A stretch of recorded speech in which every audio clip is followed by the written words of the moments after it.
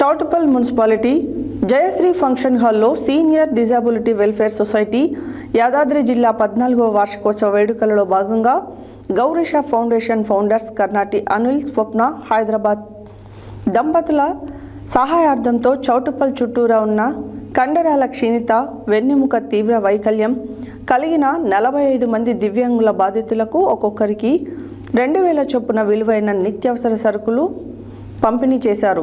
ముఖ్య అతిథిగా విచ్చేసిన స్థానిక సిఐ మన్మథరావు చౌటుప్పల్ చేతుల మీదుగా పంపిణీ చేయడం జరిగింది.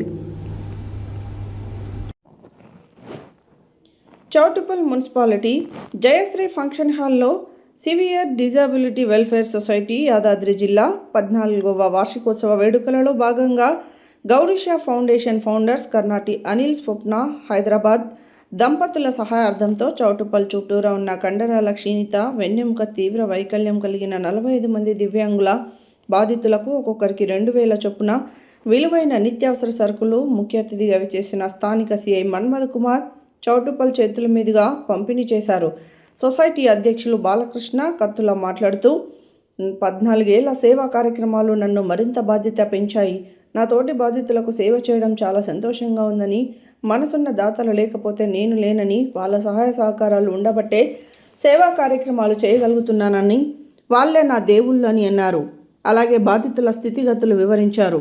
దివ్యాంగులను కించపరిచిన, అవమానపరిచిన 92 సెక్షన్ ప్రకారం చట్టరీత్యా చర్యలు తీసుకోవాలని సిఐ గారిని కోరడం జరిగింది. సిఐ మాట్లాడుతూ ప్రతిసారి ఇలాంటి ప్రోగ్రామ్స్కి పిలుస్తున్న బిజీ షెడ్యూల్ వల్ల రాలేకపోతున్నందుకు బాధపడుతున్నాను.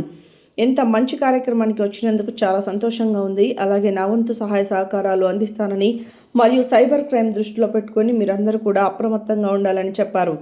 దివ్యాంగుల సమస్యలు నా దృష్టికి వస్తే ఖచ్చితంగా పరిష్కరిస్తానని మాట్లాడారు. అనంతరం కర్నాటి అనిల్ స్వప్న సమకూర్చిన భోజనాన్ని స్వీకరించి దివ్యాంగులు సంతోషాన్ని వ్యక్తం చేశారు. ఈ కార్యక్రమంలో మాతృశ్రీ వెల్ఫేర్ సొసైటీ అధ్యక్షులు P Yadaiah, Pratibha vocational college principal Srinivas Prakash, Tanda Mahesh, అధిక సంఖ్యలో దివ్యాంగులు పాల్గొన్నారు.